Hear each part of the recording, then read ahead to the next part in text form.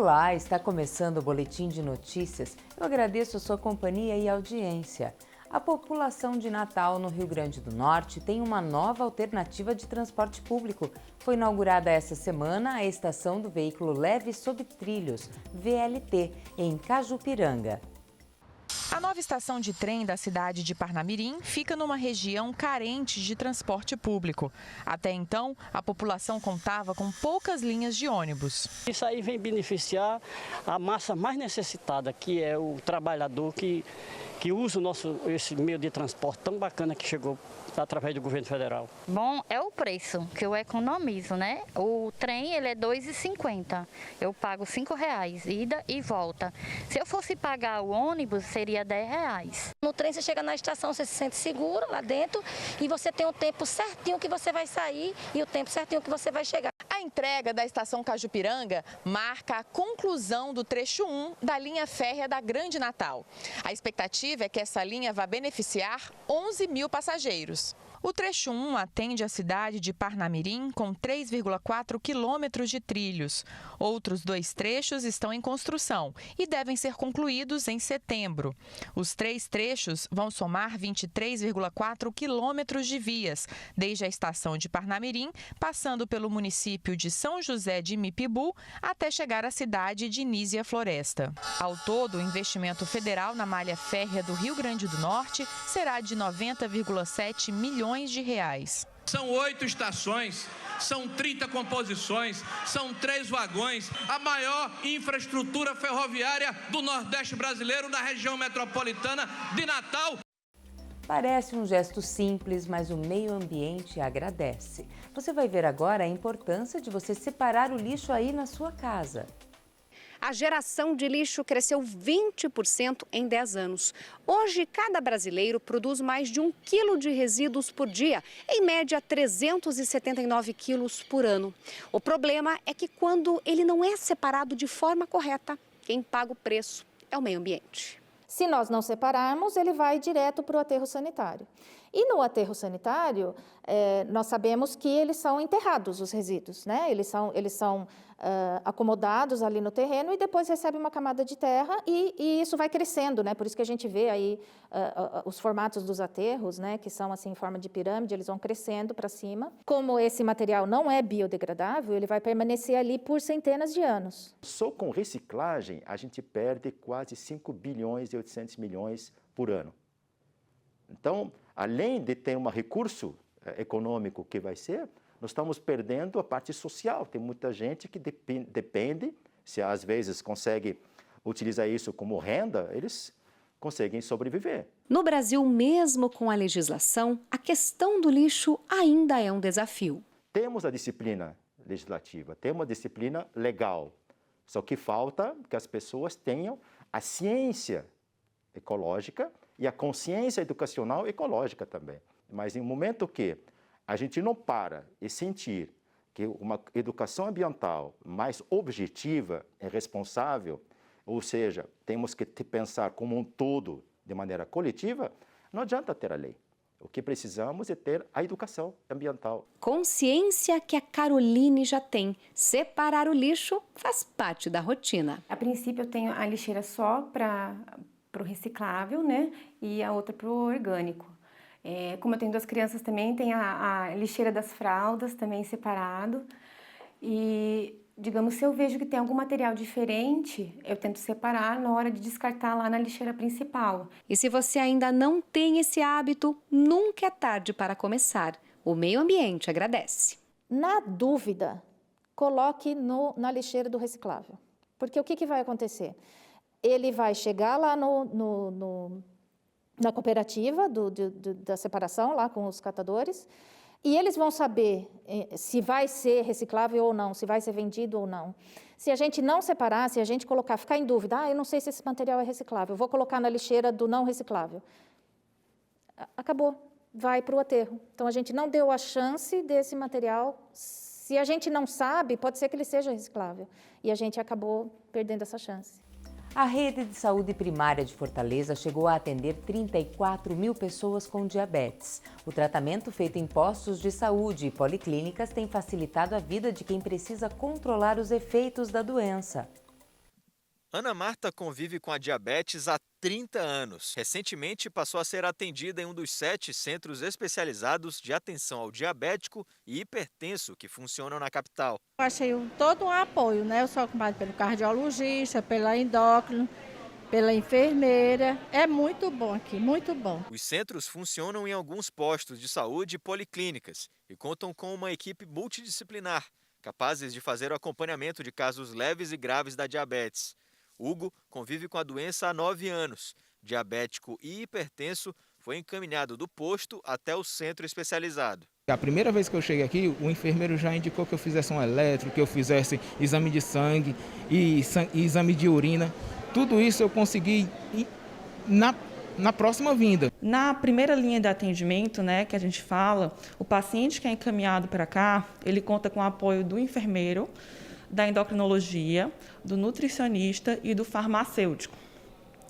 E se, por um acaso, entre uma dessas consultas desses profissionais, a gente identificar a necessidade de algum outro encaminhamento, a gente tem uma rede de apoio aqui que pode ajudar, como o cardio, a nefrologia, a estomoterapeuta. Excesso de sede e vontade de urinar, perda de peso, demora na cicatrização de feridas, infecções na pele e nas unhas. Tudo isso pode ser indicativo da diabetes. Por isso, a importância do diagnóstico e do tratamento precoce para evitar que a doença se agrave. Mas a doença também pode agir de forma silenciosa. Por isso, a importância do diagnóstico e do tratamento precoce para evitar que a doença se agrave. Uma das principais complicações é o surgimento do chamado pé diabético, que é causado pelo surgimento de lesões nos pés e pode causar a amputação do membro. Somente no ano passado, o centro especializado tratou mais de 2.000 pessoas com o problema. Diante de esses sintomas clássicos, é importante procurar o atendimento em saúde.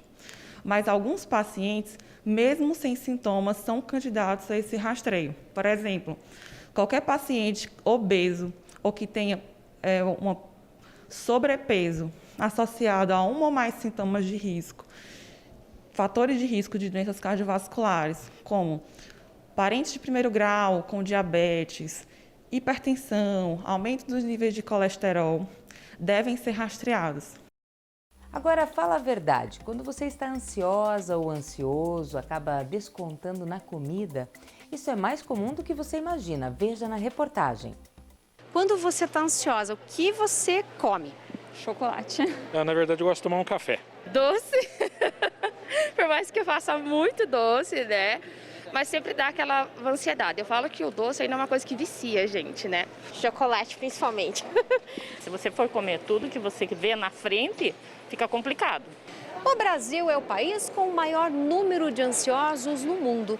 E se você faz parte desse grupo, com certeza já procurou alívio na alimentação, naquele docinho ou até mesmo nos alimentos mais gordurosos. O que você pode não saber é que essa vontade tem explicação. Nosso corpo, ele procura sempre o equilíbrio, procura sempre a homeostase.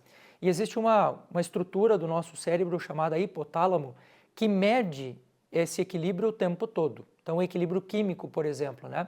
E quando nós estamos num estado de estresse, num estado de ansiedade, nós passamos a ter um gasto energético muito mais elevado, como se nós estivéssemos fazendo uma atividade física. E logo depois da atividade física, como acontece na ansiedade, você também vai sentir fome, vontade de repor isso. E o hipotálamo, quando ele percebe que esse gasto energético aumentou muito, ele vai buscar nas fontes primárias, nas fontes mais rápidas, a energia para poder repor isto. E as fontes mais rápidas são o carboidrato e a gordura. Só que esses alimentos não resolvem o problema e, o pior, ainda prejudicam a saúde. Alimentos normalmente muito ricos em refinados, então farinha branca, alimentos processados, como, por exemplo, hambúrgueres, às vezes com uma quantidade um pouco maior de gordura, um pouco maior de bacon. Então, esses alimentos aí que a gente acaba buscando com maior praticidade, maior facilidade, eles acabam sendo totalmente maléficos. Alimentos com pouca fibra. Quando a pessoa desenvolve o transtorno da ansiedade generalizada, que é uma ansiedade excessiva aliada à preocupação exagerada, as consequências podem ser ainda mais graves. Acaba que no TAG, né, do transtorno de ansiedade generalizado, você tem um nível de sinalização no cérebro de que algo está errado e que eu preciso resolver isso numa intensidade tão grande que a pessoa perde a capacidade de controlar os seus próprios atos. Mas então o que devemos fazer quando bate aquela ansiedade? Alguns alimentos mais saudáveis podem ajudar e até um chocolatinho é permitido. O chocolate acima de 60% de cacau, ele já acaba tendo muita quantidade de triptofano e me auxilia na questão da ansiedade. Então, acaba controlando de uma maneira não prejudicial, claro, com quantidades reguladas, o que é bem importante ressaltar, saber a quantidade também, não adianta também comer em excesso, tudo que é em excesso é prejudicial, então acaba me auxiliando nesse sentido também. Carboidrato a gente já sabe que é uma coisa que traz energia, então substitua tudo que tem à sua volta de carboidrato simples por um carboidrato complexo. E como é que eu sei o que é simples e o que é complexo? Aquilo que vem da natureza do jeito que vem é complexo. Aquilo que o homem põe a mão, ele se tornou simples. Tem um dizer que eu gosto muito para os meus pacientes de ansiedade, que é assim: descasque mais e desembale menos. 2 estudantes paraenses de 11 anos de idade foram medalhas de bronze na Olimpíada Nacional de Astronomia em 2020. 2 anos após a premiação, veio mais um reconhecimento. Elas foram selecionadas pelo CNPq com uma bolsa de iniciação em pesquisa júnior de 1 ano. Aparências que lembram a infância, a timidez em frente às câmeras também. Foi difícil conseguir uma palavra da Karina. Eu gosto de estudar. Com a Ana Beatriz, a conversa fluiu um pouco mais. Eu aprendi um pouco sobre os planetas e que o Sol lá em Marte é muito quente. As 2 meninas de 11 anos conquistaram a medalha de bronze na Olimpíada Nacional de Astronomia em 2020. Agora, o Conselho Nacional de Desenvolvimento Científico e Tecnológico decidiu premiá-las com uma bolsa de incentivo. Elas estudam na Escola Municipal Ida de Oliveira, em Belém, onde no dia a dia são estimuladas a iniciação científica. Eu fui mediadora, possibilitei com que as alunas fossem inscritas, assim como toda a turma, e a partir disso nós conseguimos fazer com que elas participassem de todo esse processo nacional de provas, de atividades. Em tempos de negacionismo da ciência, em que a gente precisa do conhecimento científico para a nossa subsistência, ter 3 alunas da escola pública